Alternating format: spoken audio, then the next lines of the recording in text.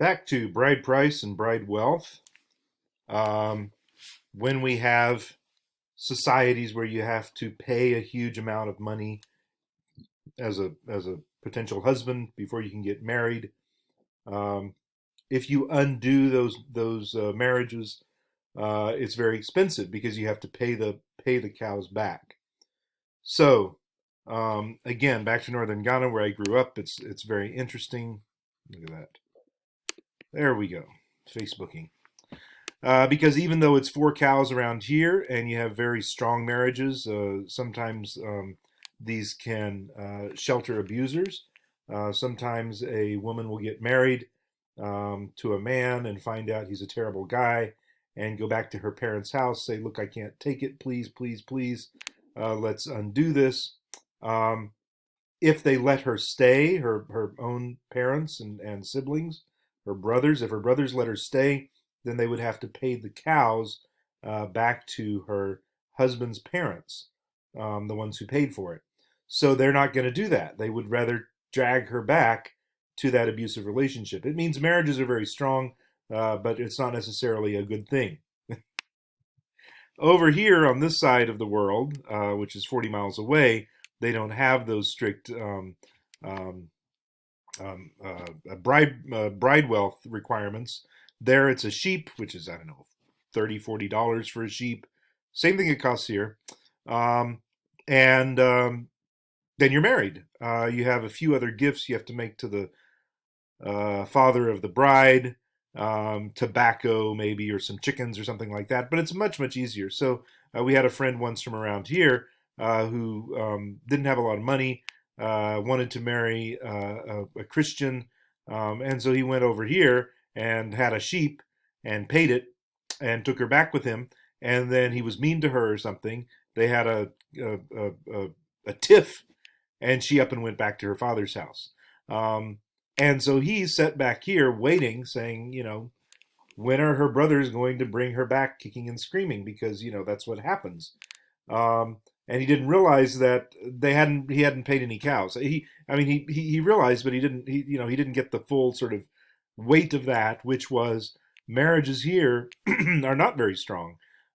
They demand a lot of time and attention, and so he had to go back, meet up with her parents, bring another gift, more tobacco, more chickens, whatever. Talk, try to smooth it over, try to convince him he's really a good guy, and try to convince her that he's going to be better. And then she comes back with him, and I don't know, like 20, 30 years. It's like within 30 years they're still married. It worked, but it isn't a one-time deal. It's an ongoing relationship that has to be maintained over here. Um, so, just because there's bride wealth doesn't mean it always works out. And part of this is because very often they flip them. So you get a young man who wants to get married, and he can't get married until his sister gets married. So once his sister gets married, and they find a suitable partner for her, and her um, husband's family pays the cows. Then once they have those cows, they can flip them, and her brother can get married. Uh, and once her brother's wife comes into the family and the cows transfer, then his wife's family can get married, can marry off her brother to someone else, and so you find these cows sort of circulating, enabling marriages, um, and getting families closely connected in embraces that are very, very hard to get out of, because once you pay back one, then that's going to trigger the ability to pay back others, and then we unwind everything. And it's very, very complicated. Uh, but once those cows are paid, even if it's after 20 years of the marriage already having taken place, once those cows get paid, then the children can come into their own home in the Frafra area. In the Bulsa area where I was later on, this part over here, sometimes those connections would be lost forever, and you had lots and lots of children of the house, whose attachment to their land was tenuous because their mother hadn't married their father, and so they didn't have a claim on the father's um, lineage. Okay, dowry. Right, bride service. Instead of money, this is just time spent. The husband works for or with the bride's family for a period of time.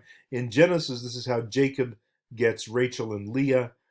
First, he wants to marry Leah. He's sort of escaping from the wrath of his brother because he stole his birthright,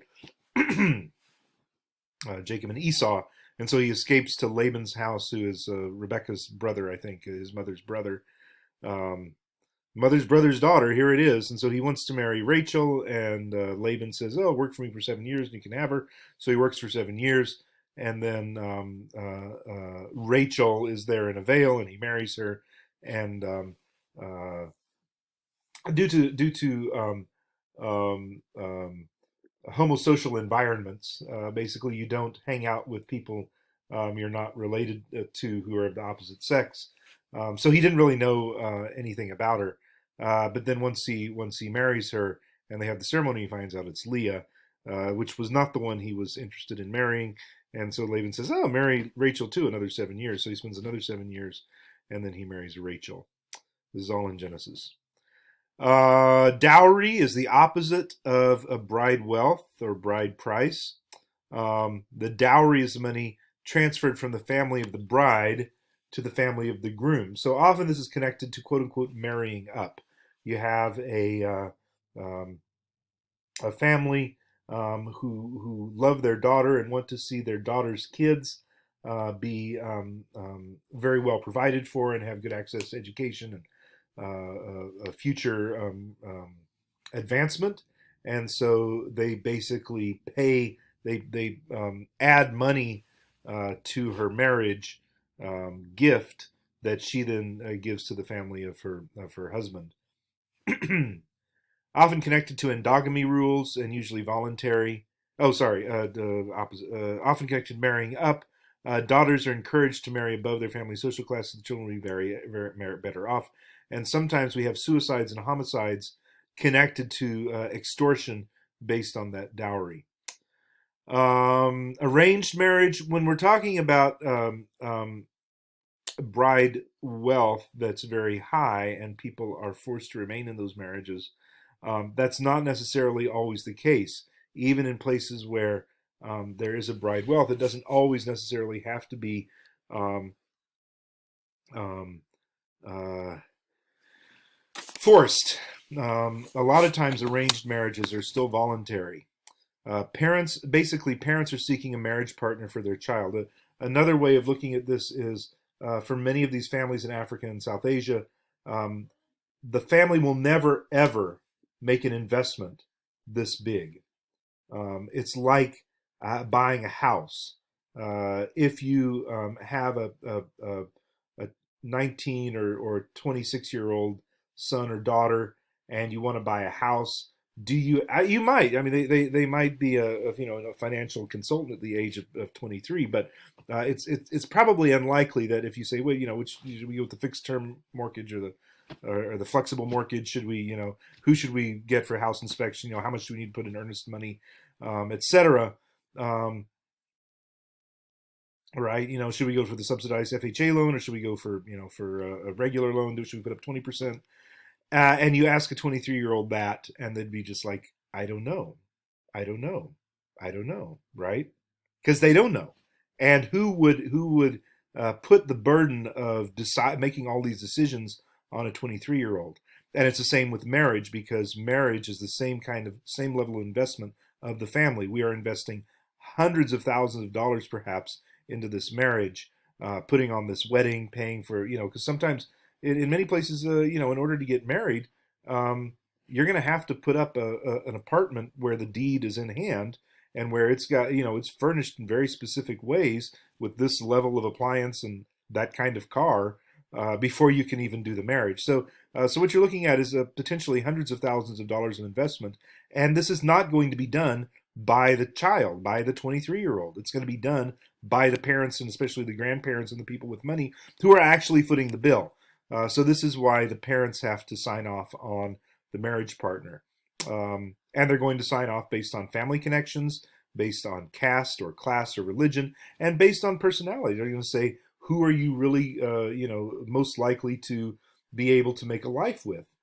Yes, there's lots of physical attraction there, but otherwise, you don't share enough in terms of your personality, in terms of your interests, in terms of your suitability for a long-term future relationship with this girl is just not there. So we're not going to pay for it. Sorry.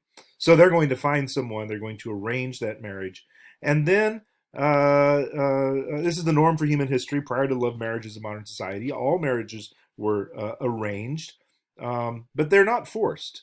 They're arranged, and you get engaged. Maybe you spend a month, maybe 6 months, maybe a year being married. Um, and then you say, no, I can't do this. I'm not doing it with this guy or with this girl. It's just not working for me. And so you unwind it. So the parents say, okay, fine, we'll find someone else.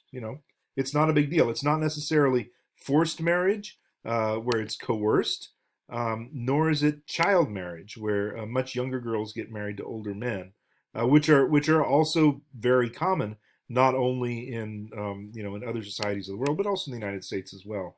Where many states don't have minimum birth age, marriage ages, so long as there's family consent and the judge signs off. So there's plenty of forced marriages going on, shotgun weddings, etc., going on in the United States as well. But these are not necessarily arranged marriages. Arranged marriages are not necessarily forced marriages.